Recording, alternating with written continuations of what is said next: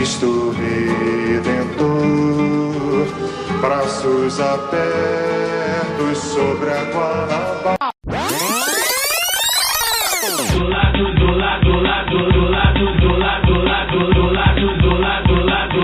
de cá.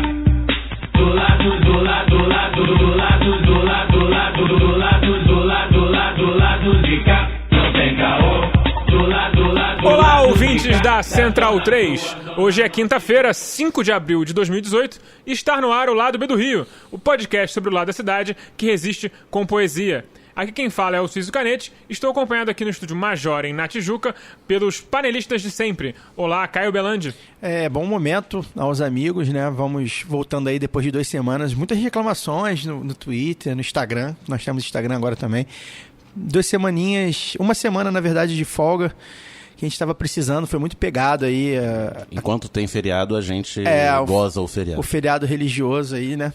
A gente é hipócrita, como eu ouvi outro dia no Twitter. A gente estava precisando, estava numa pegada muito, muito forte depois de tudo que aconteceu com a Marielle, enfim. E vinha acontecendo, depois a caravana do Lula.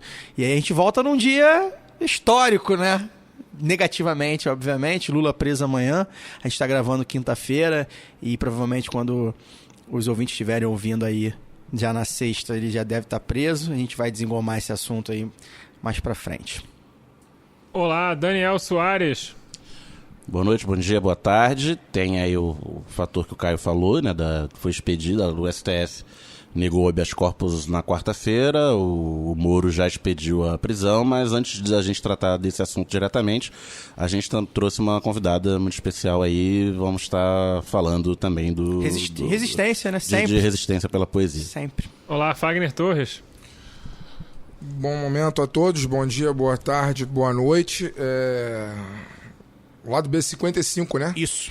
Momento aí grave, né, histórico, que nós estamos gravando um programa que a gente propôs a fazer justamente por conta de tudo que tem acontecido e como a vida tá muito difícil, está muito puxada para todos nós que imaginamos uma sociedade diferente dessa bestialidade que está acontecendo no Rio e no Brasil. Então nós propomos fazer um programa mais leve, né? Embora seja um programa também de resistência, mas poesia é sempre bom porque nos dá leveza, né? Sobretudo nesse momento de, como falei antes, bestialidade, imbecilização total da sociedade civil e, enfim, de uma maneira geral. Vamos lá, tem muita coisa para falar hoje. Bom, a gente recebe aqui uma convidada muito especial, como o Daniel falou, a poeta Letícia Brito, uma das organizadoras do Slam das Minas aqui do Rio de Janeiro. Olá, Letícia, bem-vinda. Bom dia, ou que bom dia vale pro dia inteiro, né? Isso aí. Boa. Senhoras, senhores e outros gêneros e todo mundo que estiver ouvindo, é uma honra estar aqui nesse lugar. Obrigado pelo convite. Estamos aqui para falar do que a gente sabe fazer, que é poesia, e poesia tem muito a ver com política, então tá super conectado esse assunto de hoje. Bom, para quem não conhece o movimento, o Slam das Minas é um movimento que reúne mulheres em uma competição amigável de rimas e está difundido aí em todas as maiores cidades do Brasil. Essas poetisas urbanas gritam para os problemas enfrentados pela população esmagada nas periferias e favelas do país, nas mais diversas formas de preconceito e ódio presentes na sociedade brasileira, como a homofobia, o racismo e, obviamente, o machismo. Letícia, conta pra gente como é que surgiu esse movimento. Então, o Poetry Slam, ele surgiu na década de 80 em Chicago, nos Estados Unidos, por um cara chamado Mark Smith, que é um homem branco, né? Por mais que a gente pense que o movimento ele é muito preto, né? Mas o Mark Smith é um homem branco. Aliás, eu também sou branca, não dá pra ver, mas é importante saber o lugar de fala de onde eu tô falando, né? Então, esse cara criou uma estratégia de brincadeira para que os saraus fossem menos chatos. E daí ele resolveu fazer uma competição. A partir de então, isso se propagou nos Estados Unidos, o movimento hip hop abraçou. E aqui em São Paulo, isso foi trazido em mais ou menos 2008, a Roberta Estrela Dalva, que é do ZAP, Zona Autônoma da Palavra, do Núcleo Bartolomeu de Depoimentos, que é uma galera muito conectada com o hip-hop, trouxe para São Paulo esse movimento, o Poetry Slam, que é essa competição de poesia, poemas autorais de até 3 minutos, sem acompanhamento musical, sem o uso de adereços, e basicamente é isso. Essa competição, ela existe em nível internacional. Existe um campeonato, Copa do Mundo de Poetry Slam, que acontece na França. Então, desde 2009, mais ou menos, eu não sei bem ao certo, a gente tem representante do Brasil na França. E o Slam BR acontece em São Paulo. Aqui no Rio, desde o ano passado, a gente está organizando o Slam RJ, que é a seletiva para ir para o Slam BR, que é para ir para a França. Mas aí como é que funciona essa seletiva? Vocês se encontram mais de uma vez por ano? Como é que funciona? Então, cada slam, e aí os slams eles são realmente locais, toda comunidade pode criar um slam. Como é que faz? É só entrar em contato comigo em leticiabritopoeta@gmail.com. E aí precisa ter 5 encontros mais uma final, né? Nesses 5 encontros são selecionados um campeão por mês e essa final com todos os 5 campeões. Esse campeão da final vai ao Slam RJ, né? Então a gente organiza o Slam das Minas desde o começo do ano passado, o Slam das Minas do Rio de Janeiro. O primeiro Slam das Minas aconteceu em 2011, se não me engano, no DF. E a gente entendeu que era importante ter um espaço só de mulheres, né? O Slam das Minas do Rio ele é aberto também a pessoas não binárias, pessoas trans, só homens cis que não podem falar. Então, a gente entendeu que esse espaço era necessário justamente porque tem muitos assuntos, inclusive relacionados ao machismo, que a mulher fica mais à vontade se ela estiver num grupo mais seguro para poder falar, né? Se tiver menos homem presente, fica mais à vontade. E nós já de falar temos muito deles. espaço também, cara. Exatamente, então, exatamente. É bom vocês reconhecerem esses privilégios, é o mínimo, importante. Né? E aí, desde o começo do ano passado, a gente faz o Slam das Minas. Ano passado a gente fez 6 edições mais uma final. Em todas as edições, as representantes que ganharam foram mulheres pretas. E a maioria delas eram mulheres pretas e lésbicas.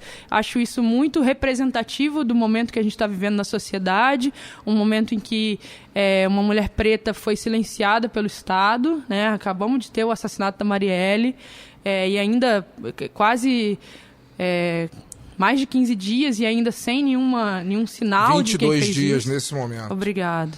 Então, ainda sem sinal de quem fez isso, mas a gente tem as nossas especulações, né? Todo mundo tem uma ideia na cabeça. De qualquer forma, o momento que a gente está vivendo é muito grave na sociedade e eles estão... Essa democracia fingida, né? Ela ainda não pode silenciar a poesia, porque se eles começarem a silenciar esses espaços poéticos, espaços culturais, vai ficar muito evidente que isso não é uma democracia. Então, ainda isso tem se tornado um espaço de muita resistência por isso. Na maioria das vezes, eu vi alguns vídeos. Na verdade, assim, eu soube do Slam das Minas, coincidentemente, há alguns meses, no Jornal Dia, que eu trabalhei lá, e uma amiga minha que é muito engajada nesses movimentos, ela propôs uma matéria de domingo sobre essas batalhas de poesias das mulheres. Não sei se ela falou exatamente do Slam das Minas ou dos outros tipos de batalhas que tinham também nas periferias. E aí aquilo, enfim, não conhecia mesmo. Sabia, assim, de ver alguns vídeos, mas não sabia que era um movimento tão forte e tão organizado. Eu joguei alguns vídeos e, assim, a maioria das vezes é feito na rua, né? Na rua mesmo, assim, espaços públicos onde qualquer um pode chegar e assistir. Conta pra gente, assim, quais são os locais que você já passou e como é que que o pessoal das comunidades recebe vocês, assim, como funciona? E também aproveitar para perguntar como é que é a negociação disso com o poder público, se é na sim, bolsa, se dá problema. Como é que vocês têm? Eu comecei a fazer slam em 2013, pelo Slam Tagarela, que foi o primeiro slam do Rio de Janeiro, né? E a gente fazia com megafone na rua. A gente se utiliza da lei do artista de rua, do Raymond, para poder... a gente está sempre com ela no bolso, para poder evitar qualquer problema com o poder público. É igual, só fazendo um paralelo, né? É igualzinho o sambista do início do século XX, né? Que tinha que andar com a carteira de trabalho para poder... Inacreditável como as coisas nunca mudam, né? Contextualizando o Raimon vereador aqui do Rio de Janeiro, Marques. que... Raimon é meu professor de religião do colégio. Exatamente, um vereador do Rio de Janeiro, do PT, que fez uma lei que... A ideia era regulamentar a questão do artista de rua, né? Mas na verdade acaba sendo como funcionando como uma autorização prévia contra a violência que o Estado sempre faz, né, ao artista de rua, sobretudo periférico. Né? Mas devolvendo a palavra para Letícia. Então, a gente usava o megafone, e aí dentro do megafone, dentro da lei do artista de rua, tá permitido. O Slam das Minas, na maioria das vezes, a gente pede o alvará no site da prefeitura, tem lá um espaço, e aí ele tem um limite. Como a gente não usa o som, nem tem patrocínio, nem nada disso, a gente ainda se caracteriza como lei do artista de rua. Então, por isso a gente opta mesmo por fazer nos locais. Esse ano, a primeira edição a gente fez no Teatrão da UERJ, a convite da UERJ mesmo, para se somar nessa resistência da UERJ, e também porque a gente está com muito medo de fazer ação na rua. A gente fez um ato agora, na semana passada, quando deu 15 dias da morte da Marielle, no local do assassinato, para a gente se sentir reocupando esse espaço da rua, porque dá muito medo. Eu passei pelo local onde a Marielle foi executada no final da semana passada, pela primeira vez, desde que voltei ao Rio. E assim, é muito chocante passar naquele lugar, ainda que ele está... ainda, né, com muitas homenagens, com pinturas e com... Inclusive, quando passei lá, a bandeira da torcida que uns amigos meus da torcida do Fluminense fez para ela, escrito Marielle Vive, estava lá estendida na parede. E aí, como é que foi esse ato de vocês nesse dia? Eu imagino que, além da emoção de estar naquele local e a emoção do próprio evento em si, né, do motivo, né, que levou vocês a fazer o slam naquele local, queria que você contasse pra gente como é que foi a repercussão e qual foi o sentimento de vocês estarem ali, né, de certa forma, falando sobre alguém que é como vocês, né? Uma mulher periférica, negra, lutadora e que defendia, né, a liberdade de uma maneira geral. Como é que foi esse... Então, a Marielle, ela era muito presente na toda a militância, né?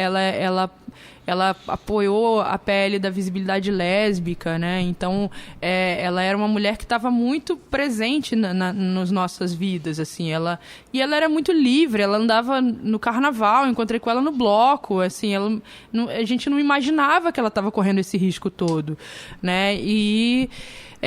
na época que ela fez um evento, Mulheres na Política, ela me chamou para falar poesia. A gente abriu o evento falando poesia. Então, ela apoiava muito a ideia do slam. Então, foi muito necessário ocupar aquele espaço. A gente fez isso junto com a Doralice, que é uma cantora também. E nesse dia foi muito emocionante, porque a gente chamou muitas artistas negras. E a gente pediu para que as pessoas respeitassem que só as mulheres negras falassem nesse dia. Então, foi um ato muito preto, muito lindo, sabe? E teve jongo, teve dança, teve... lavagem do local com ervas, né? A gente precisava ressignificar aquele momento. E encerrou com o Baque Mulher, que é um coletivo de Maracatu, e muito bonito. A gente fez a caminhada, todas as mulheres de mãos dadas até o local, saindo do metrô do Estácio, e chegando no local teve esse ato artístico, foi um ato performático que a gente chamou, e voltamos ao local com o Baque Mulher tocando maracatu. Mas dava medo, porque passou um carro de polícia e gritou: quando o PM morre, ninguém faz isso. Nem então, os parentes assim, dele fazem. Exatamente. Se eles não fazem pros amigos dele, não é culpa nossa. A gente faz pelas nossas amigas. Exatamente. Só pra voltar pro assunto do slam, por exemplo, vai ter um evento semana que vem. É tema livre ou tem um tema dirigido? E assim, quais são os temas que as meninas mais trazem pra dentro da roda de vocês? E quais são os temas mais recorrentes, assim, que vocês procuram trabalhar? Então, depende de slam para slam. O nosso slam, normalmente tema livre, às vezes a gente joga uma temática. Por exemplo, o último era uma homenagem a Marielle, mas não era necessário que você levasse o tema sobre isso. Só que, naturalmente, várias mulheres fizeram poesias em homenagem a Marielle. Até porque escrever ajuda a sobreviver nesse momento. Sim. Então, mas as pautas que surgem, em geral, são identitárias, né? É sobre ser mulher, sobre ser lésbica, sobre viver numa sociedade machista. E aí depende, né? Sobre política, sobre intervenção, sobre tudo que você tiver te afetando. Sobre de toda alguma forma de opressão, né? Exatamente. Acontece de ter meninas que chegam no slam sem... Assim, a palavra é ruim, mas alienadas e quererem estudar, aprender, se politizar e entrar nos temas a partir da participação do slam? Nunca aconteceu de chegar uma mina coxinha, se essa é a Mas pergunta. Não coxinha, mas em verde. Verde. Uma inexperiente, assim. Acontece. Porque, assim, é uma batalha de poesia. Então, ela pode falar sobre qualquer coisa. E, inclusive, muitas mulheres negras falam isso, assim. A gente quer não ter que falar só da nossa dor. Sim. A gente quer poder falar de amor. O Mano Brown falou sobre isso. Só que isso é um processo, né? Então, no momento, tá muito difícil falar de amor, né? A gente praticamente só extravasa as nossas dores, né? O Mano Brown falou sobre isso na entrevista pro Diplomatique, né? Que o negro, né, aí, obviamente, falando ele como homem negro, mas na questão racial, ele falou que a gente quer falar de amor também. A gente também sente amor, sente ciúme. A gente não só sente a questão racial, né? E ele a fala dele foi muito, muito bacana, né, na entrevista, dizendo sobre isso, né, que é importante... A entrevista do Mano Brown no Le Monde Diplomatique é sensacional. É sensacional. O Mano Brown é meu candidato a presidente, inclusive, se viesse. Letícia, deixa eu te fazer a pergunta. Eu tava aqui nas redes sociais, não sei se você falou no começo, tá? Vou fazer um meia-culpa aqui. Você tem o número de meninas... Viciadinho. Não, redes sociais do lado B, filho. Não eram as minhas pessoais, não. Você tem um número de meninas hoje que são... ativas nas rodas de slam. Isso acontece o quê? Semanalmente? Vocês marcam previamente? Como é que funciona mais ou menos a organização? O Slam das Minas, ele é mensal, né? Mas já está surgindo outro slam, agora no dia 14, pode divulgar? Pode, à vontade. Deve. Vai ter um slam em Vila Isabel, na Praça 7, e elas chamam Slam Chicas da Silva. É mais um slam só de mulheres. Eu acho muito importante que surjam essas iniciativas, assim. Eu não fiz um mapeamento, não, assim, de quantas mulheres existem. Mas, por exemplo, dessas que foram para a França, né, já é a segunda vez que uma mulher na batalha do Slam BR vai à França, né? Agora a Bel Puan, que é de Pernambuco, ganhou o campeonato nacional.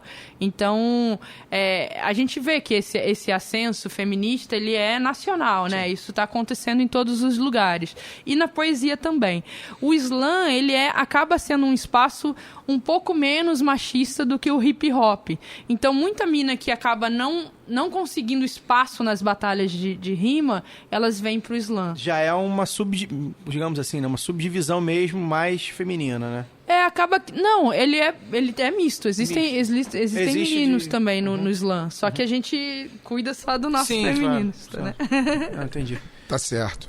Alguém mais uma pergunta? Eu tenho uma pergunta importante. Como é que funciona o critério de julgamento?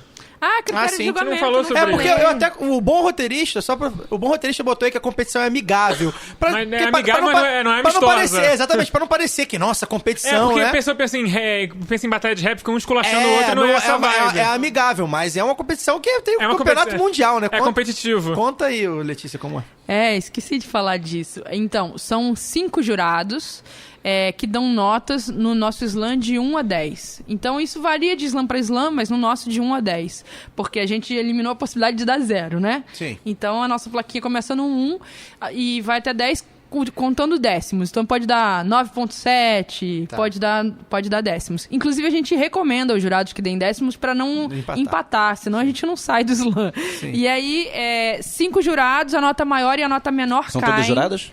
Todas mulheres, e eu sempre coloco pelo menos 3 pretas e as outras 2 brancas. Curiosidade, a média de idade das meninas que participam do slam? Ah, varia muito. Varia muito. Tem desde a menina que vai com a mãe e que é menor de idade e que tá ali, às vezes, lendo pela primeira vez, até a menina de 60, já tivemos, assim... Você falou que o próximo, dia 14, na Praça 7, qual horário? É o Chicas da Silva. Eu não sei o horário, mas eu acho que é no final da noite, da tarde pra noite. No final do programa a gente faz a Dia divulgação 14 toda é bonitinha. sábado, né? Sábado, Sem né? ser amanhã, pra quem ouviu no dia do lançamento, outro. Dia do show do El Effecto, né? Outro jabá. Outro Deixa jabá. pro final, Deixa pro final do programa. Então vamos passar pro caô da semana.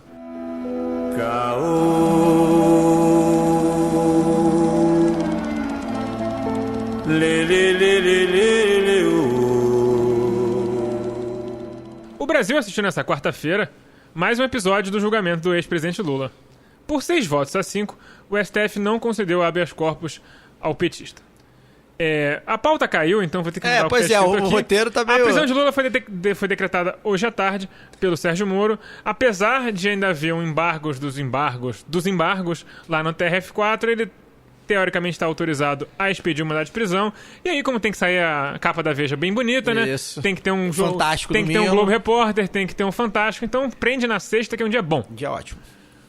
Concordando ou não com o seu modelo conciliatório, e aqui a maioria das pessoas discorda, é necessário dizer que a condenação do Lula não só não resolve problema nenhum nesse país, como mostra a face mais mesquinha e elitista da burguesia, né? Porque o cara deu dinheiro pra cacete pra esses caras. O Fagner acho que vai falar bastante, né? Vai. Eu queria... Antes do Fagner falar... antes do Fagner falar, e a convidada vai falar também, enfim. Eu queria dizer o que eu acho disso tudo, né? Foi um post meu, até foi um pouco da ideia do roteiro. O post meu que eu coloquei no Facebook ontem. É sempre bom lembrar que vamos esquecer da figura do Lula presidente um pouquinho. Tentar esquecer.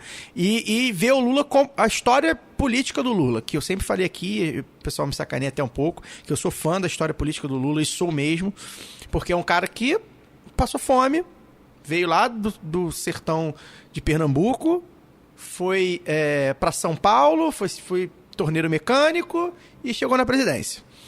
Nesse meio tempo, obviamente, a gente sabe que não foi mais o Luizinho, que era o Luizinho pobre, analfabeto, etc. Isso foi uma mudança até chegar ao Lulinha Paz e Amor, que conciliou.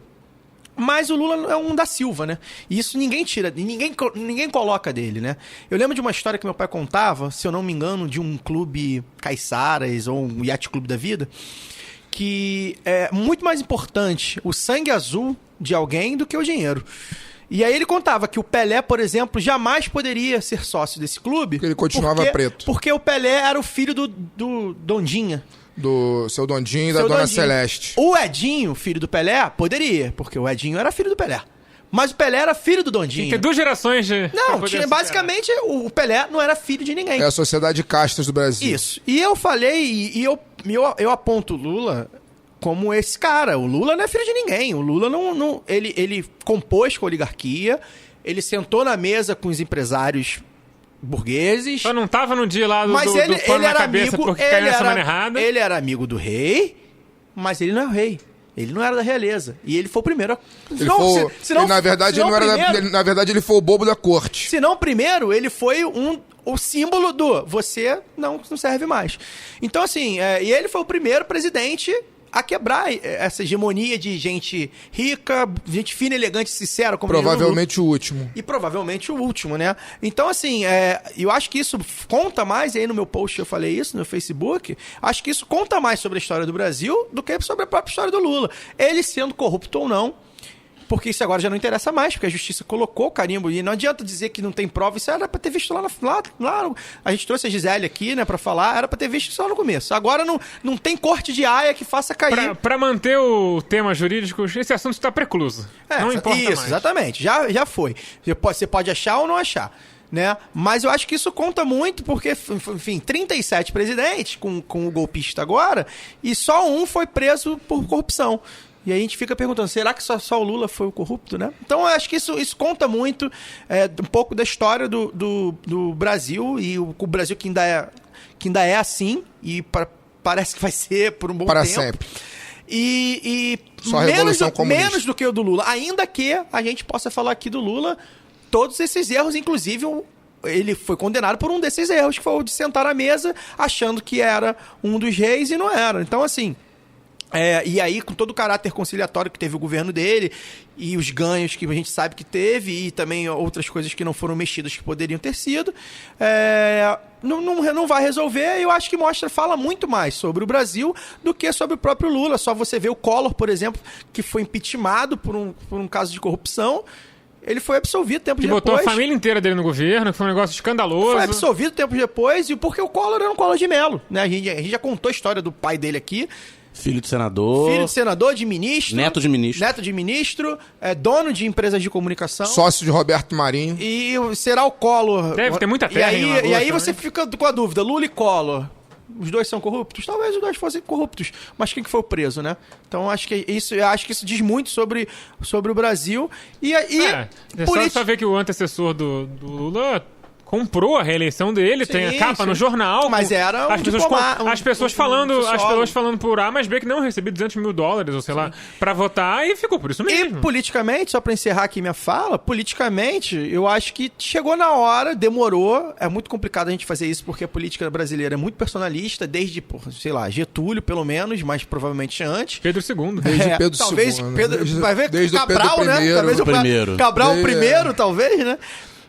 Mas a gente vai ter que passar o Lula, velho. Não vai ter jeito. Maria A gente vai... Pinta.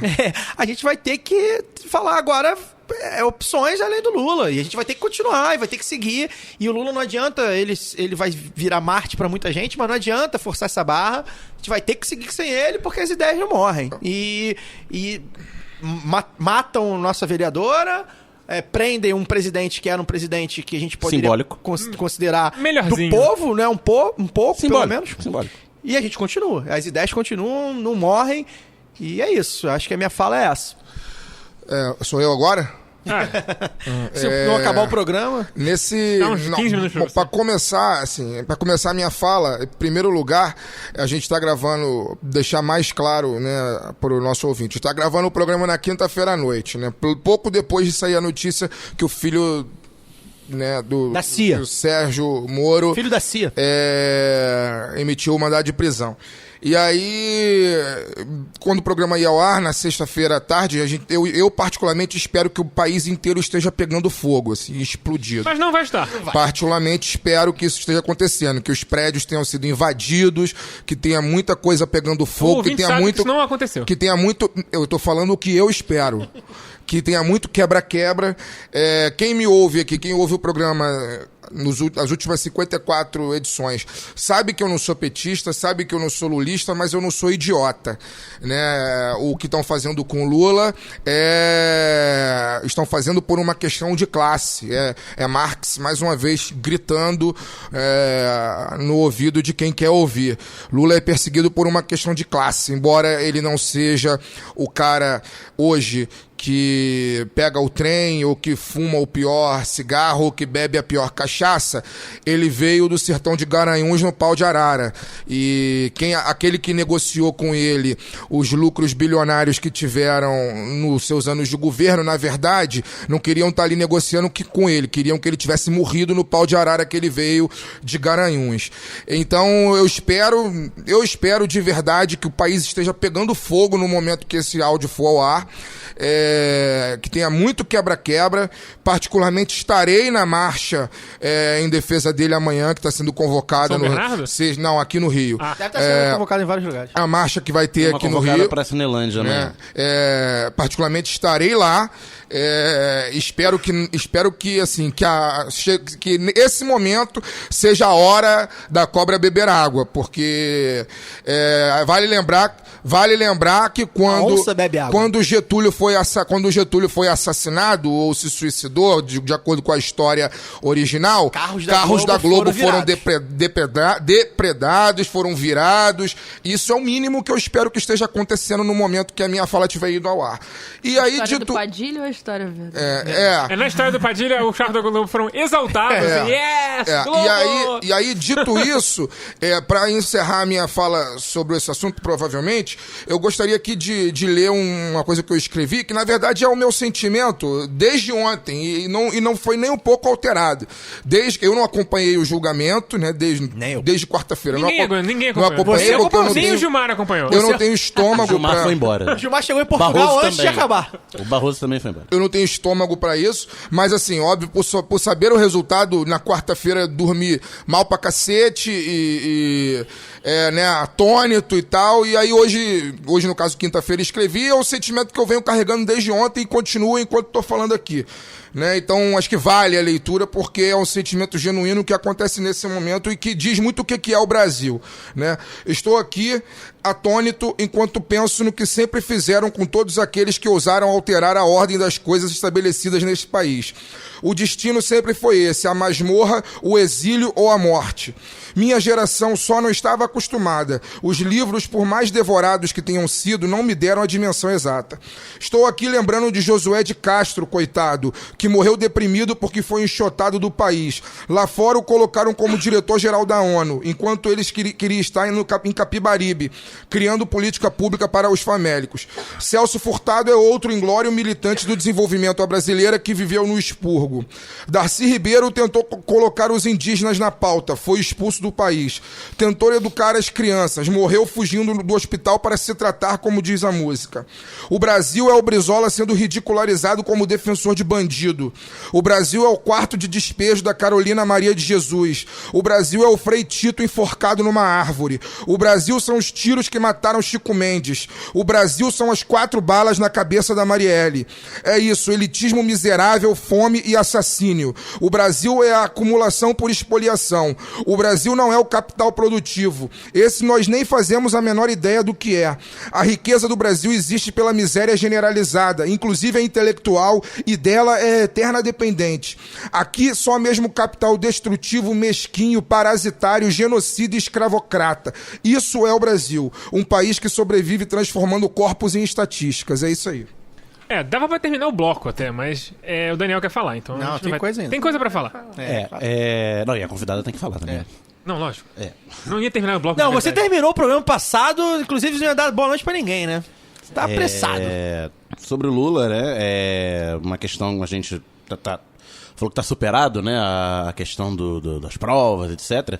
Mas é sempre bom enfatizar que houve casos e esquemas de corrupção no governo Lula, como houve em todos os outros governos brasileiros.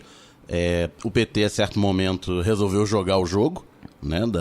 Achou que podia, né? Achou que podia, que ia dar em nada como deu para todo mundo. E que na parte concreta do processo nós temos um presidente da República que supostamente chefiava um esquema bilionário, trilionário de corrupção, e que gerente de Petrobras tinha dezenas de milhões de dólares no exterior, e o grande chefe fez tudo isso em troca de um apartamento no Guarujá, um tripleque no Guarujá, que avaliado em 2 milhões de reais, e a reforma num sítio em Atibaia que ele frequentava, mas nem era dele.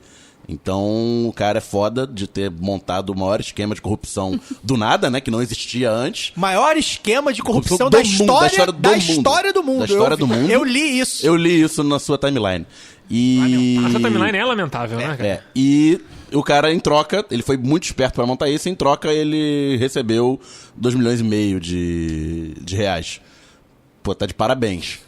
Não, assim, o cara é bom. Humilde. Isso é uma coisa. Me parece bem óbvio que, tipo assim, todas as cagadas que o PT fez de corrupção, elas não visavam, pelo menos do ponto de vista do Lula, enriquecimento próprio. Claro. Né? Era uma questão de campanha. Alguns. Vai ter os Silvinho Land Rover da vida. Sim. Que não, do ponto de vista do Lula, não dos outros. Não, e o enriquecimento do Silvinho Land Rover foi um Land Rover. Pra um cara que tava próximo do poder, convenhamos, também é bem idiota. Mas enfim. Sabe nem roubar direito. O cara não sabe quanto dinheiro tá gerando, né? Enfim. Mas aí, o ponto que eu quero chegar é que se vale forçar a mão num processo, claramente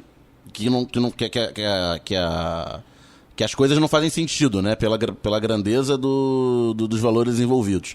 Para pegar o Lula porque ele supostamente seria corrupto, Tipo, tem que pegar ele por isso, porque não deu pra pegar por outras coisas. Que, aliás, acho que não sei, o Cis aqui, que é o advogado da mesa, chega-se, não sei se está citado na sentença, mas no processo o Moro, em certo momento, fala que não tem prova porque é difícil provar mesmo, porque foi... Não, foi o Dallagnol. Foi o Dallagnol, né? Foi o jejuador que falou que o fato de não ter prova é a maior prova. E o desembargador disse que se ele tá sendo acusado de alguma coisa é porque tem coisa. Enfim. Se vale isso pra pegar um cara que foi ex-presidente da República e, como o Fagner já colocou aqui muito bem, não era do clube, por mais que tenha achado que tenha sido do clube, né? Imagina o resto. Imagina na Copa.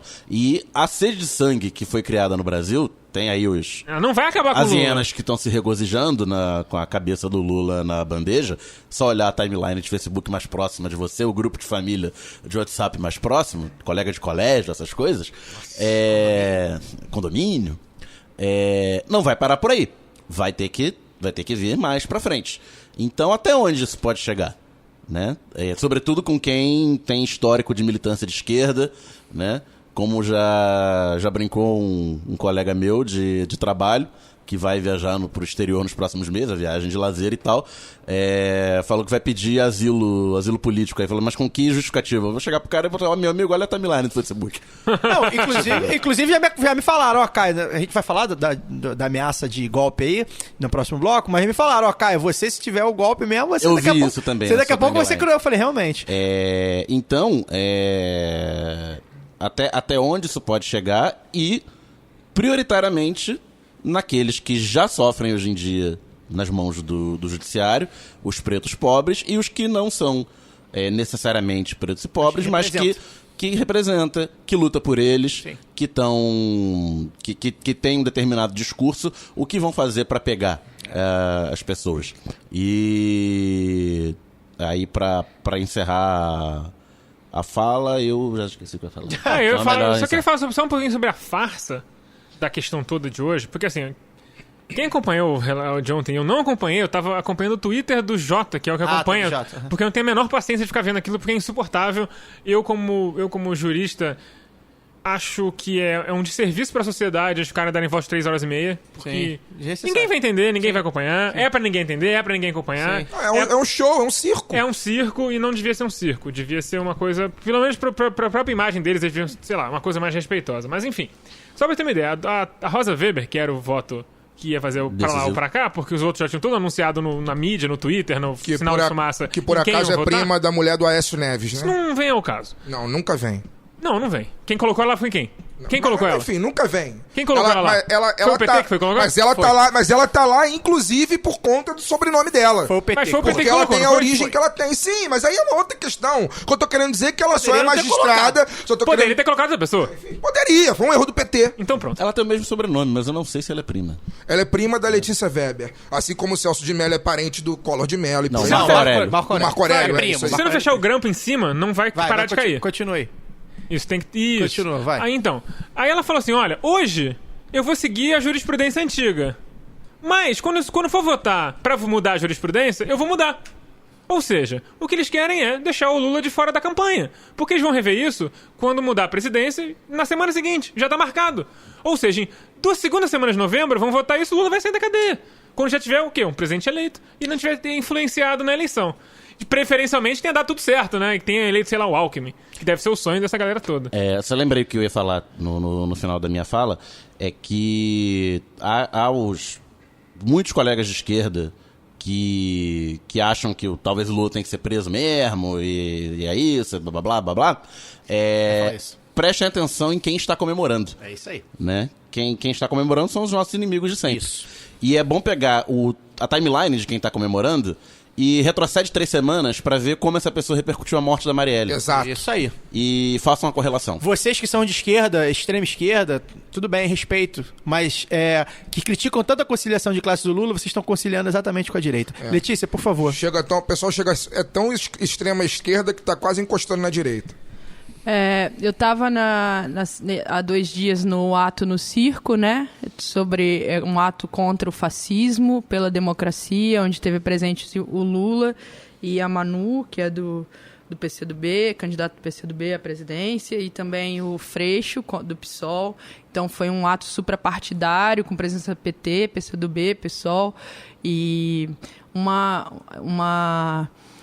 momento importante diante desse momento difícil, né? Porque até o PSOL, que tinha dito que jamais ia conversar com o Lula, o próprio Freixo, diante do assassinato da Marielle, fez de forma madura uma reavaliação dessa situação e falou assim, não, precisamos estar unidos, né? E aí eu concordo muito com o texto do Fagner, mas eu queria lembrar que o Brasil também são as 50 milhões de pessoas que votaram no torneiro mecânico para ser presidente. Sim. E aí eu queria aproveitar o texto que ele fez, uma releitura que ele fez do Luther King. No dia, o Lula falou o seguinte: se me prenderem e eles não me deixarem andar, eu andarei pelas pernas de vocês.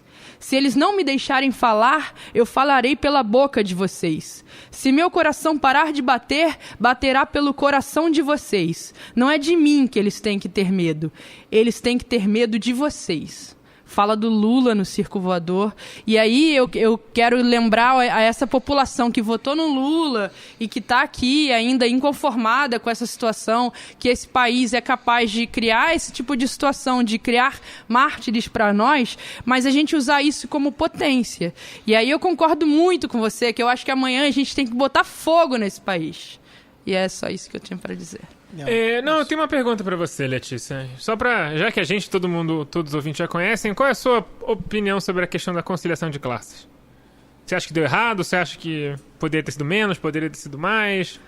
Então, eu tenho bastante críticas ao PT. Eu sou, pessoalmente, eu sou filiada ao PCdoB. Né? Então não quero também deixar escondido isso, assim. Nem deve. Aqui todo mundo sabe quem é a gente aqui. Você pode falar à vontade. Somos uma democracia. Eu acho que eu tenho um direito legítimo de ser filiada a um partido. Né? Mas eu não costumo misturar isso com as minhas questões de poesia. Então, assim, mas como estamos falando de política, nessa hora não dá, isso me atravessa, né? A minha figura, minha cidadania filiada comunista, filiada ao PCdoB. Então a gente tem o partido fez várias autocríticas por ter participado dessa conciliação, né? E a gente sabe o projeto que não deu certo, né? Onde não deu certo, a gente tem algumas críticas em relação a isso. Principalmente a gente ter abandonado a base, né? A base virou governo e aí não teve mais base socialmente para poder continuar fazendo essa regulação do país, assim. Eu acho que esse é o grande problema que aconteceu com o governo do PT. A base virou sócia do Silas Malafaia, né? Exatamente. Então, acho que esse é o grande problema do país e a gente precisa construir uma nova base. O país está todo muito... foi criado um fantasma em relação à política, onde tudo que é partidário é ruim. Então, há uma ideia geral de que se você é partidário, você é corrupto. Se você não é partidário, você é anarquista, né? Então, que se houver uma reforma anarquista, por mim já estava bom, embora eu seja uma pessoa que defenda a democracia e não uma reforma anarquista, mas uma reforma comunista. A anarquia é uma democracia super horizontalizada. A democracia super radicalizada. Sim. É a democracia mais radical. Todos nós somos comunistas. Sim. Eu sou um profundo democrata. Só que pra chegar nessa democracia precisa de um pouco de Stalin no meio. A democracia... Democracia stalinista. Não, a democracia burguesa per se, no sentido weberiano do termo, já é revolucionária no Brasil, né? Eu quero exatamente. É verdade. A gente quer a ditadura do povo mesmo. Seguir a Constituição no Brasil já é revolucionário, né? Eu até outro dia eu vi isso, acho que não sei se foi o Fagner que falou, e é verdade. No Brasil, a revolucionário é sobreviver, né, maluco? A revolução é sobreviver a isso tudo aí que a gente vê. Enfim. A gente tá num país onde as pessoas saíram pra comemorar a decisão contra o Lula com bandeiras do Império. Mas eu acho que Império. Eu acho que o Daniel falou é muito importante. Eu acho que a esquerda, às vezes, parece que tá um pouco desconectada da realidade, né? E eu sempre falo isso, eu marcho ao lado de qualquer um que seja, enfim, progressista. Acho que, enfim, são nossos. Mas o antipetismo criou... A gente pode fazer críticas ao PT, deve, porque, enfim, são necessárias. Agora não adianta, né? Mas não, ainda adianta. Acho que o antipetismo... Ainda adianta, porque se um dia a esquerda botar a cabeça de fora de novo, não repetiu os mesmos erros. O antipetismo criou pessoas assim que não conseguem analisar a conjuntura de um atropelo, né? A ponto do PSTU dizer que não tem... Foi o PSTU, né? Que dizer que não tem... Não há onda fascista Não há no onda Brasil. fascista e que a revolução proletariada tá próxima. O cara tá completamente fora da... Não à toa o PSTU tem lá uma massa popular em volta dele. Só que não. Então, assim, eu acho que às vezes falta um pouco de realidade... Mesmo na revolução. Acho que pra você fazer a revolução... Tem que ter noção do que você tá fazendo.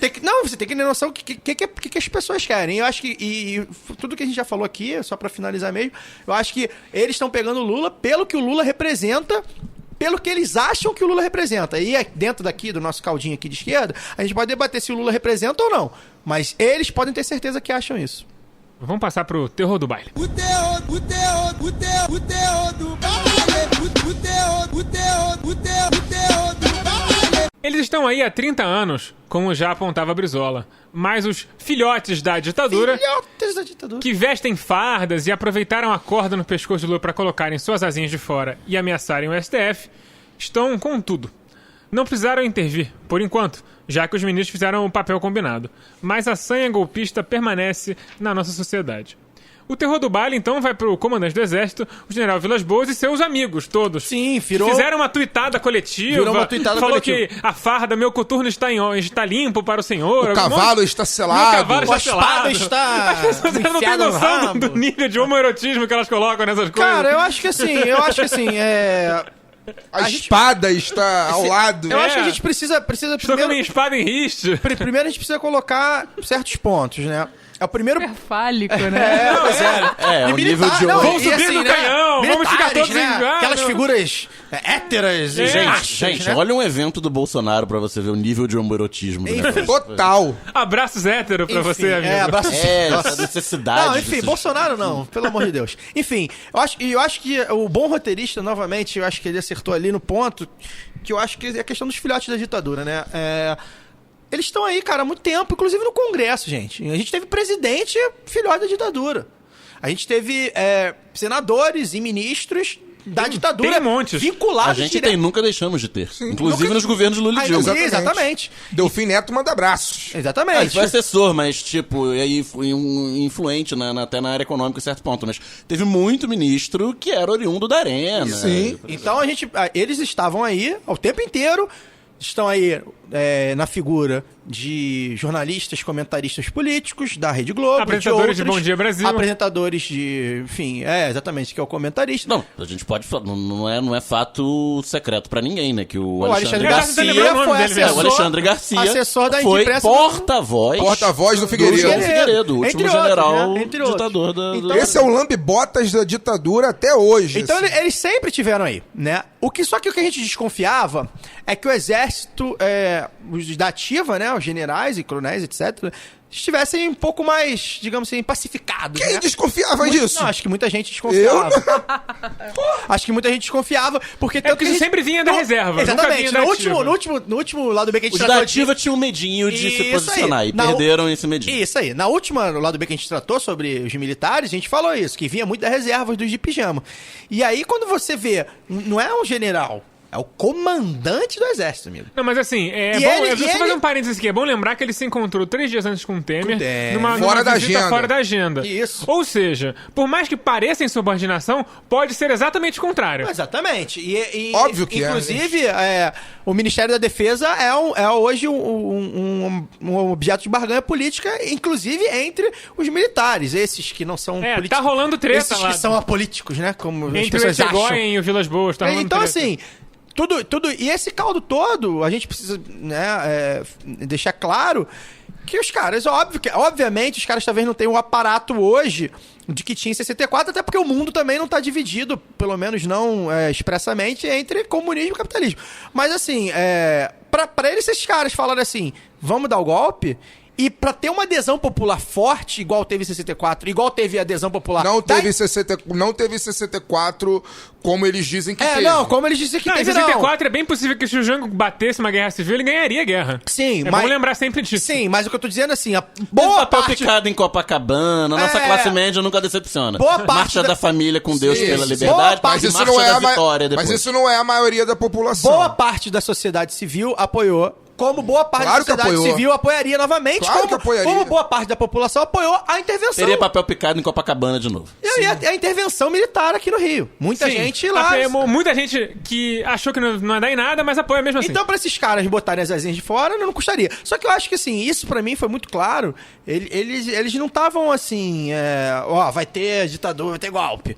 Mas eles deixaram assim, bem, vocês façam, se vocês não fizerem o seu, a gente faz. Ó, tá combinado ser 6-5. Se vocês não fizerem, vocês fazem a gente de vocês faz. aí. A gente pode combinar Bom. isso. Eles e os ministros foram lá e fizeram, como o Jucá já tinha dado spoiler há muito tempo. Eu falei em alguns programas atrás, né, sobre o Exército, sobre essa relação que o Brasil tem com o autoritarismo que já vem de longe e que, na verdade, é um reflexo, mas também é um sintoma disso, o fato de que os torturadores e assassinos da ditadura militar de 1964 a 1985, todos foram anistiados, né? Pelo STF, bom lembrar. Todos terminaram, não cumpriram suas penas, diziam que a revisão, né, dos casos de tortura seria caça às bruxas, todos eles ficaram aí livre, leve e soltos, com suas filhas recebendo pensões até hoje, altas pensões até hoje, né, comemorando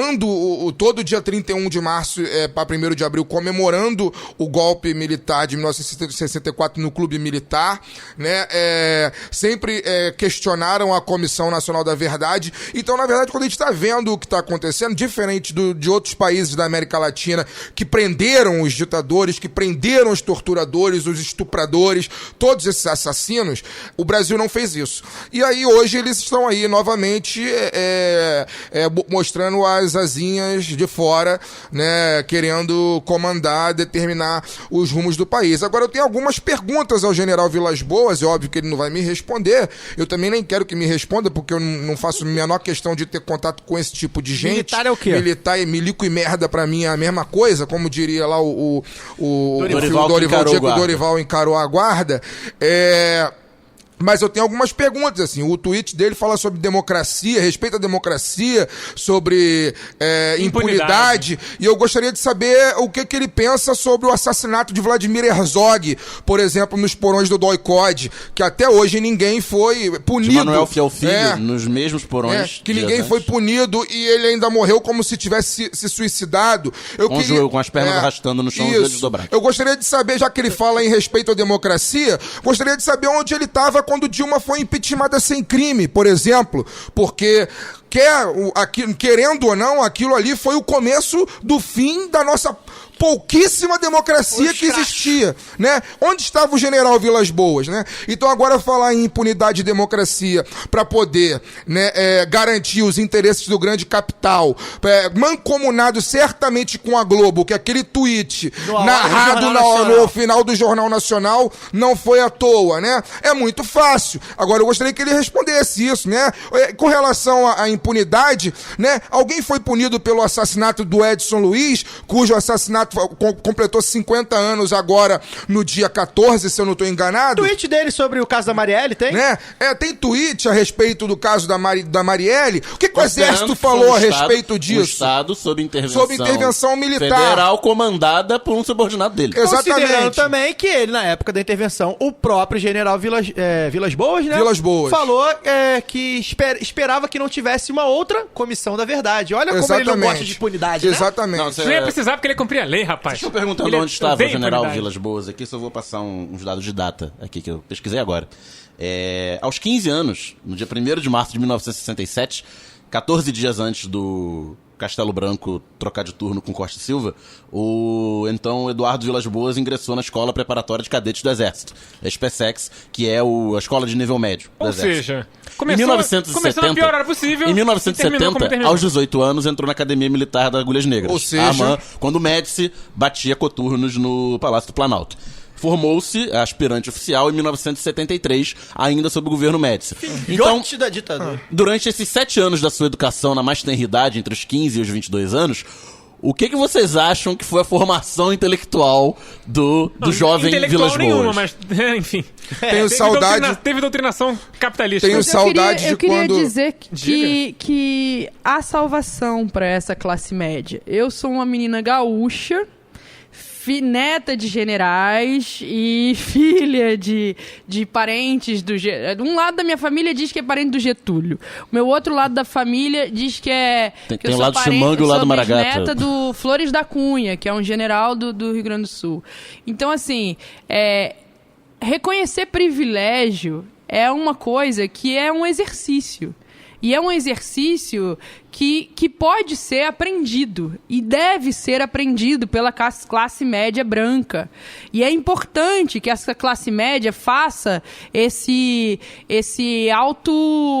autoavaliação e esse reconhecimento de que esse privilégio não vai levar a sociedade a lugar nenhum. Pode manter durante um tempo a sua casta dentro desse país, mas não vai levar o país a lugar nenhum. Então, assim, eu rompi com pessoas da minha família recentemente, porque disseram que o assassinato da Marielle era necessário para mim. Então, assim, eu tive que romper com pessoas da minha família. E isso não é fácil. E eu falei, olha, Marielle militava comigo. Então, assim, se você acredita que a morte da Marielle era necessária, a minha morte, ela também... É possível. Acabaram de matar 2 meninos em Maricá. 5 meninos. Mas é que 2 eram das rodas de rima, né? Isso aí, que faziam rodas de rima. Eles eram organizadores. Um era DJ, o outro era MC. Eu estou na mesma condição dessas pessoas, entendeu? Eu acabei de fazer uma performance nua, em que eu postei no YouTube. Então, assim, tô aí. O MBL tá aí. Sim. Tô aí à disposição da arte. Mas também, assim, esse reconhecimento de privilégio, isso é simplesmente entender o povo preto como um povo nosso e como irmãos, como olhar no olho e entender que desconstruir esse racismo, porque isso é racismo, isso é luta de classe, isso é racismo.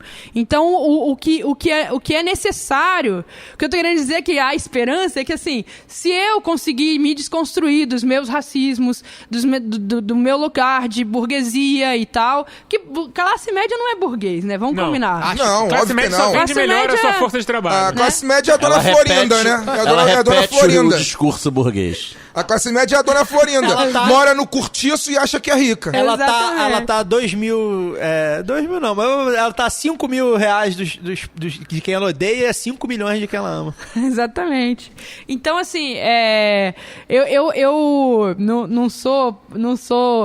não coaduno com a ideia do PSTU que você falou, mas eu tô vendo tudo isso de forma muito otimista, porque a gente precisa sobreviver. Então, assim, ver isso de forma otimista é entender assim, olha, nos deram 2 mártires, Marielle e Lula. E a partir de agora, o que eu vou fazer com isso? Ou eu vou pra casa chorar e me esconder embaixo da cama, que isso a gente já faz quase todos os dias, quando o BOP entra na comunidade, a gente já vai para baixo da cama mesmo, né, pra se esconder, ou a gente vai lutar. Então, assim,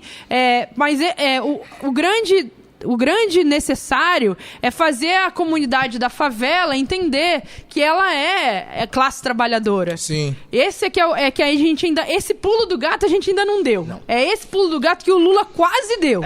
Que eu acho que a meritocracia é tão entranhada na sociedade que fez a população pensar assim... Foi mérito meu. Só depende de mim. Foi Deus é que me mérito deu. meu. Não, eu sempre falo isso, que foda, quem ascendeu socialmente, quem melhorou, teve um emprego melhor, fez faculdade no ProUni.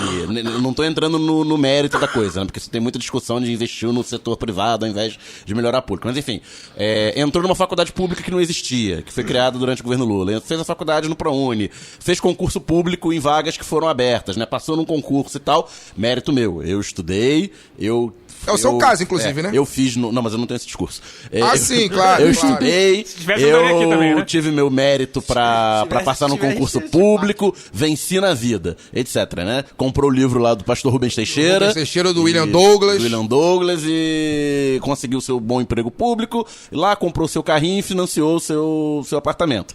Na hora que dá crise, que a pessoa que tá no setor privado perde o emprego, ou que tá no setor público é arrochado, atrasa salário, é a culpa desse governo comunista que desperdiçou recursos públicos. Eu já vi funcionário público reclamar do gasto público. Com funcionalismo. Quero dar aumento pra esse Funcionário, ó, maconheiro moralista, funcionário público privatista. Não, o cara é funcionário público. A pessoa funcionária pública é uma mulher. A pessoa funcionária pública e postava no Facebook. É um absurdo, o governo gasta o nosso dinheiro, 10 bilhões na folha do funcionalismo. Minha amiga, você acha que seu dinheiro vem da onde? Já faz o seguinte, faz o favor, então, pede pra sair. E só pra encerrar o ciclo, pede pra sair que economiza. Minha teoria é essa. Funcionário público neoliberal tem que empreender. Né? Sem entrar no programa. No programa de demissão assistida, porque tá onerando. Não, tem que PDA sair. onera. Tem que sair. Sem mão de tudo. Sem direito. Tem que sair e virar coach. Até porque direito trabalhista é coisa de comunista. Exatamente. E aí pra completar aqui o ciclo do generais... Eu pedi exoneração e virei poeta. Olha aí o exemplo. Tá empreendendo. Mas aí tá fazendo agitação e propaganda, né? Ser filiado ao PCdoB. Comitê de Agitação e Propaganda. Mas aí, concluindo aqui o ciclo dos generais, pra quem não leu, até recomendo, porque é a série de livros do Hélio Gaspari sobre a ditadura brasileira. Você tem que ler com filtro, porque ali tá... Enfim, não vou entrar no mérito do livro agora. É o contexto daquela época também. Não, o contexto daquela época, e você tem que ler com filtro, que a fonte dele é de dentro do Palácio do Planalto. Era o capitão Heitor Ferreira, que era um assessor pessoal do Geisel, então você vai ver quase que uma romantização do personagem do Geisel e do Golbery, mas é muito interessante porque pega algumas coisas ali sem filtro, são anotações do diário do cara, você vê a visão dos caras que estavam dentro, né? Então, quando o MDB ganha... Esse é qual? Esse é a ditadura derrotada, Tem vários, né? Tem vários. Não, mas tem a ditadura envergonhada, que cobre do golpe até o AI-5, a ditadura escancarada, que é o AI-5, AI-5 e guerrilha do Araguaia. E aí tem a ditadura derrotada, que aí ele faz, o livro inteiro é um grande panorama da vida do Geisel e do Golbery até confluir para a eleição do Geisel e até a derrota da Arena na eleição parlamentar de 74, que o sistema era tão bom que a Arena tem menos votos, mas ainda assim consegue manter a maioria no Congresso. E aí essa ditadura derrotada tem a ditadura encurralada, que é o resto do governo Geisel, até o AI-5 acabar. Mas enfim, uma coisa que eu queria falar é que o Hélio Gaspari é muito sarcástico na escrita dele, e ele, quando ele vai narrar assim, o clímax do golpe, né? Do golpe e dos golpes dentro do golpe. Então o general fulano de tal disparou suas armas, o telefone 25764 na sua mesa do prédio do Ministério da Guerra. Né? E aí isso bateu no coronel fulano de tal em Brasília, que disparou suas armas ligando para o telefone 5746 para fulano que estava no clube dos oficiais no Lago Paranoá, assim, nesse ritmo das coisas. Então nós temos a atualização das armas, né? Agora é o tweet. Os generais fazem golpe pelo tweet, né? Eu queria fazer só um comentário sobre o que ele falou. A gente tem que ler tudo com filtro. Sim. E é para isso que a gente tem essa ideia do local de fala. As pessoas confundem um pouco o que é local de fala, quando você fala o seu local de fala, é para ver da onde aquela pessoa tá falando. Então aqui, aquele cara é um homem branco da época, né? E envolvido com a situação. Então, mas tudo a gente deve filtrar e entender esse local da fala. Sim. Eu até sobre isso do golpe, que você citou aí do livro, não li esse livro, mas é interessante essa passagem, até o golpe militar do Brasil foi palaciano, não deu um tiro, foi aquela coisa... Teve um tiro. Teve canhão. Não foi na guerra civil. Porque o Jango não quis. O Jango não saiu barulho. Igual o Allende, né? Ele tinha um exército esperando ele no Rio Grande do Sul. Não foi porque não quis. Poderia ter feito igual o Allende, com arma em punho, né? Ouviu o Jango mais tarde ouviu do Santiago Dantas que havia uma frota americana da Marinha em frente ao Rio de Janeiro, falou que o plano dos Estados Unidos era invadir o Brasil, dividir o Brasil em 3, e ele não topou a Guerra Civil. Eu tenho um filme sobre isso que eu já falei aqui, que é o Dia que Durou 21 anos. Só pra fazer um parênteses, assim, parênteses rápido. Os Estados Unidos tinham acabado de escalar a guerra no Vietnã, a questão política deles está começando a pegar pesado. Eu acho que eles não tinham capital político para invadir o Brasil. Não, e eles estavam... a guerra civil seria vencida não, facilmente, mas eles por exemplo. estavam de olho na América... Mas eles estavam de olho na Não, os América três Latina, programas. afinal de Futurologia. contas, a Revolução Cubana foi 5 anos antes, tinha tido uma Crise dos mísseis 6 meses antes. Tinha tido uma tentativa de revolução na Guatemala antes de Cuba, que foi derrotada pelos Estados Unidos. Então, assim... 2 golpes na Argentina. Eles sabiam que se desse ruim no Brasil, estavam se o ali. Brasil virasse comunista, Mas o daria Brasil merda. era comunista. Esse é o problema. Que o Jango não era comunista. Sim, mas fazer o básico no Brasil é comunismo. Fazer o básico. defender a fazer democracia é reforma comunismo. agrária no Brasil é comunismo. É o básico, é comunismo. É isso. Defender a democracia hoje no Brasil é comunismo, maluco. E não é de agora, sempre foi assim. E é da onde eu venho, que eu falei no bloco anterior, do pessoal da esquerda que acha, eles estão botando todo mundo no mesmo balaio. Todo mundo é petista, amigo. Todo Ninguém mundo é ninguém liga pra sua corrente leninista trotskista. Todo mundo é petista. Isso, obrigado, Cícero. Petralha. É isso. Petralha, no não caso. tem, todo mundo é petralha, esquerdista, comunista, esquerdopata, maluco. Não tem divisão. A gente aqui, a gente sabe quem é um, quem é outro. Acho que a gente tem que marchar junto. Mesmo que chegue lá na frente, separe. Mas os caras estão botando toda a gente no mesmo balaiozinho do Lula, do Wagner Moura. Até eu gosto de citar o Wagner Moura, né? Que é a figura artística. Gregório do Vivier. Gregório do Vivier. É a figura artista, né? Comunista, né? Estão botando a gente todo no mesmo balaio, maluco. Que é pra jogar tudo fora depois. Tem uma fala ótima do Valério Arcari na última... No ato Valério que- Arcari, no- fundador do sim. PT, da Convergência Socialista, fundador do PSTU, atualmente No dissidente ato, do PSTU. isso. Hoje ele é do PSOL. cara não Hoje ele Tá no PSOL, tá na hoje ele é corrente do mais, do PSOL. Hoje ele é do Mais, que é uma corrente do PSOL. E ele tava no ato que a Letícia se referiu e ele falou uma frase que é perfeita, que é: quem não sabe contra quem luta não pode vencer. A gente tem que saber contra quem a gente está lutando. Perfeito. Bom, a gente tá lutando basicamente contra o pessoal da capitania hereditária, né? É isso. É isso. Contra os mesmos de sempre. São os mesmos mesmos, inclusive nem os sobrenomes mudaram muito. Não. Estamos aí cientes de qual o tamanho do nosso desafio. Então esse foi o Lado B número 55. Assine o feed no site da Central 3 ou no tocador de podcast do seu celular e receba os episódios automaticamente. Conheça o financiamento contínuo da Central 3 em apoia.se/Central 3 e saiba como colaborar para manter a qualidade e a independência do conteúdo da casa. Convidamos o ouvinte também para participar das nossas redes sociais, no Facebook, Twitter, YouTube e agora também no Instagram, o @Lado B do RJ. Acesse também nosso site, ladobdorio.com.br. Inclusive, a gente fala, eu tenho um texto essa semana sobre a questão do Lula, a questão jurídica, eu falo mais detalhadamente, mas ficou bem ruim o texto, na verdade. Ficou ótimo. Não se deprecia. As pessoas têm que acessar. Eu tava Deixa com eles sono. criticarem. É aquela tática do falar que é ruim para as pessoas falar, não, é bom. Não, eu não quero ouvir de vocês, eu quero que o ouvinte fale, vem. Não, eles critiquem. Bom, Letícia, muito obrigado pela sua participação. Manda o seu recado aí, sua divulgação. Poesia. Essa é a hora. Poesia, se quiser Sinta-se poesia. à vontade. Eu vou mandar um poema, então. Por Eu acho favor. necessário nesse momento. No carnaval eu vim de glitter, né? E aí eu escrevi um poema sobre isso. Eu ando vendendo glitter, que é pra ajudar as pessoas a acreditarem no seu brilho próprio. Eu ando vendendo glitter, mas o biodegradável tá pela hora da morte. E o brilho agradável do dourado holográfico na pele faz um bem danado à autoestima. Atrapalha um pouco nos métodos contraceptivos, afinal é carnaval.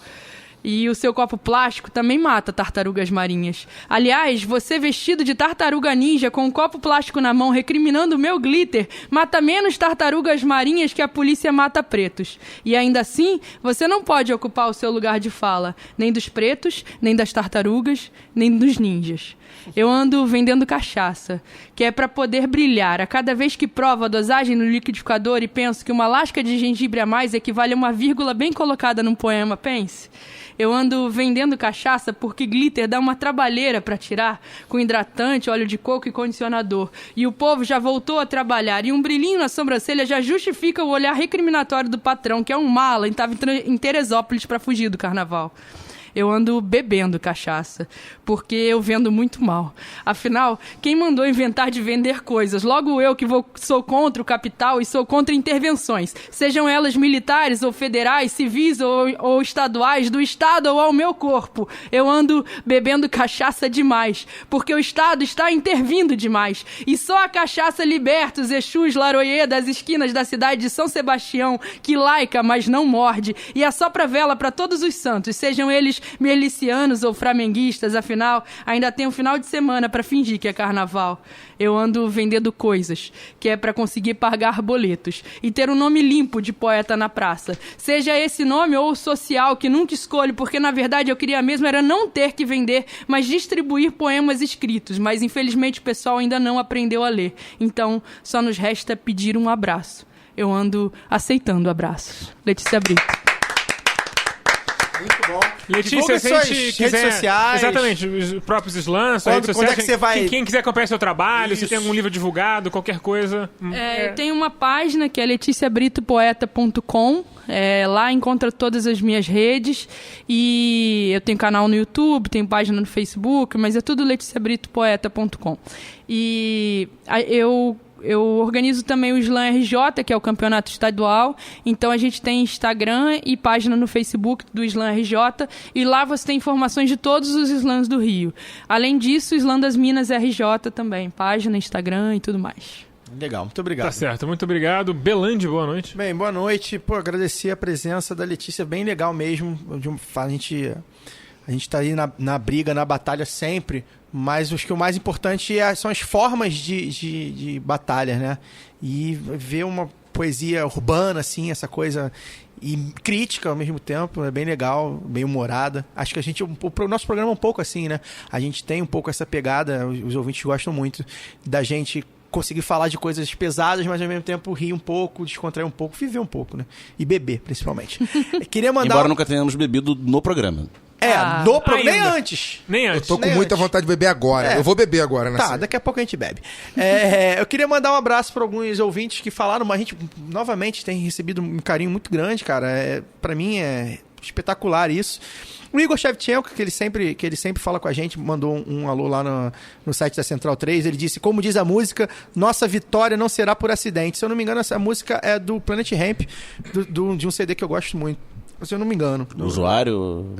Não lembro da música qual é. O CD é o... Os Cães Ladram, mas a cara... Não, é o que é de 2000, que tem o contexto. O último. Não, acho que foi o último, 2002. Enfim, eu acho que foi essa referência que ele fez. O Ricardo Rappers, ou Rappers, enfim. O Ripper. Ou Rippers, não sei como é que fala, também mandou lá. Ele perguntou, será que não estão querendo precarizar o sistema prisional para privatizar? É bem possível. A gente não, acabou que não debateu. Calma, a gente não falou sobre isso porque tava em voga e ficou fora, mas depois da eleição vai voltar. É, Tem a que gente não assistir a 13ª emenda no Netflix. Sim. Isso, igual nos Estados Unidos. A A gente... 13ª emenda também tem um outro muito bom, que é um filme sobre o cara que vendia vaga no reformatório juvenil, esqueci o nome, mas procura o caso que é famoso. A gente já falou sobre, até é um tema legal pra gente aprofundar, mas certamente é um dos... Tem gente, inclusive Geraldo Alckmin, se eu não me engano, é um que é abertamente a favor. O Hartung e é do partido, né? O Paulo Hartung.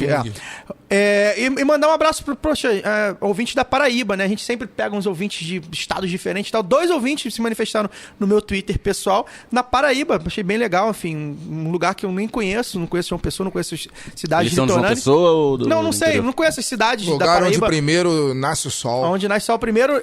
Cabo Branco. E é bem legal, Extremo cara, leste. porque eu, um humilde, não tão humilde, de classe média, mas garoto do subúrbio do Rio, consegui falar com o pessoal da Paraíba. Pra mim é sensacional. É o Bruno Monteiro e o Júlio Maranhão. Falaram lá no meu Twitter pessoal, então tô mandando um alô aí pra eles. E é isso.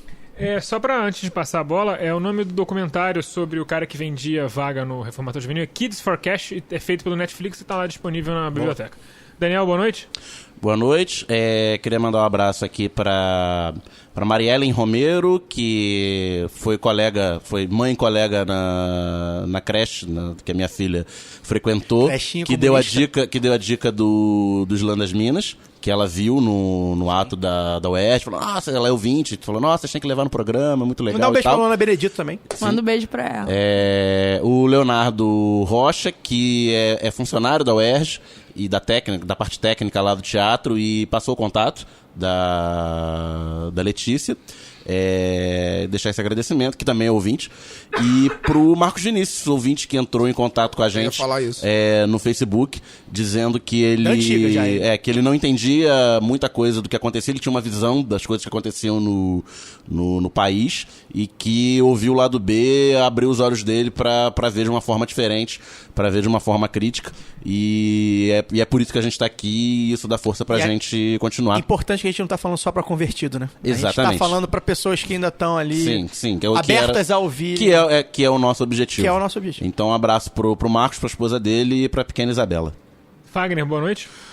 Eu ia mandar também, mas enfim, o fato do Daniel ter mandado o abraço não impede que eu mande também, porque inclusive o Marcos Vinícius, na mensagem que ele mandou pra gente, ele me cita nominalmente. Especialmente o processo. Então, sucesso, né? Então, Marcos Vinícius aí, a Isabela e a esposa, tudo de bom pra vocês. E, pô, o que a gente faz aqui, cara, é impagável ter esse retorno, porque a nossa luta é a luta de quem tem valor contra quem tem preço, entendeu? Então a gente aqui não tem preço, mas tem valor pra cacete, e é isso. Inclusive mandar um abraço pro Rodrigo Neves, não temos preço. Um abraço, boa lembrança, um abraço pra Prefeitura de Niterói. Mas aí eu queria encerrar minha participação no programa, enfim, dizendo que, curiosamente, né, hoje é dia 5/4, né, e o dia que nós estamos gravando o programa é dia 5/4, curiosamente a prova de que a burguesia desse país é tão desgraçada, que eu vou terminar aqui com a poesia concreta, né? Eles estão condenando Lula no dia 5/4, que é as duas mãos deles abertas, né? Então... Mas é possível que, como teve Nine, teve... Sim, eu não tenho dúvida. Tem a ver só porque assim os caras ficam dando risadinha. Eu não tenho dúvida disso. Eu não tenho dúvida disso. É uma poesia concreta. Esses caras fizeram isso de propósito. Mas é isso.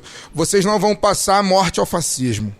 Bom, eu queria chamar a atenção para um tema que a gente já tratou aqui no Lado B, no episódio 37, da Escola Sem Partido, com a Renata, de que o Escola Sem Partido é um movimento que antes separava, né, o bom professor do professor comunista, e agora essa semana eles tiveram uma retomada, deram uma repaginada no seu conteúdo e passaram a simplesmente destacar o ato de ensinar. Em geral, todo professor é um doutrinador comunista e seu filho estará sempre condenado ao comunismo eternamente, blá blá blá blá. É algo muito preocupante e assim, realmente mostrando a sua cara. É um assunto que a gente não pode deixar de ficar em cima, porque... com a tendência de um governo mais à direita vencendo as eleições, a julgar pelas coisas que estão rolando aí, não é de se espantar que, sei lá, fechem as escolas e transformem tudo em charter school. Então, boa noite, durma com esse barulho. Eu não sabia que meu neto estava no campo, porque se eu soubesse que ele estava no campo jogando bola, eu tinha pegado meu neto e deram tiro pelas costas do meu neto e estão falando que o meu neto é bandido. Então, ser humano na favela, tudo é bandido. Que isso, gente? É uma criança de 12 anos, gente. É meu netinho. Eu amava meu bebê. É 12 aninhos só que ele tem, poxa. Porque tirou a vida dele jogando bola. E ele foi socorrer a moça que caiu. Aí ele que morreu. Ele foi socorrer a moça que caiu. E ele que morreu. Meu neto tá morto.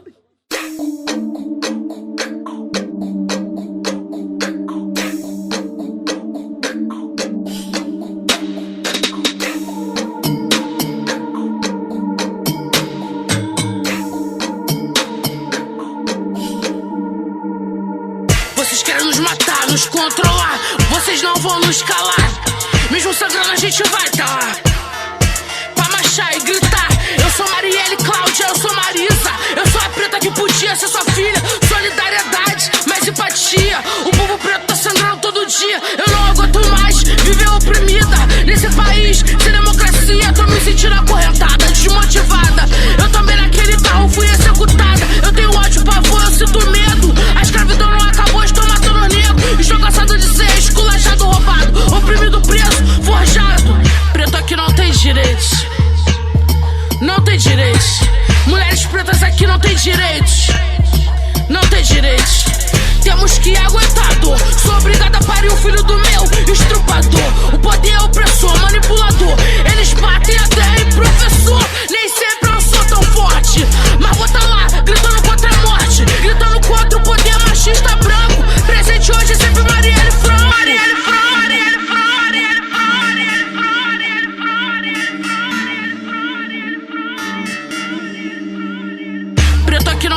direitos. Não tem direitos.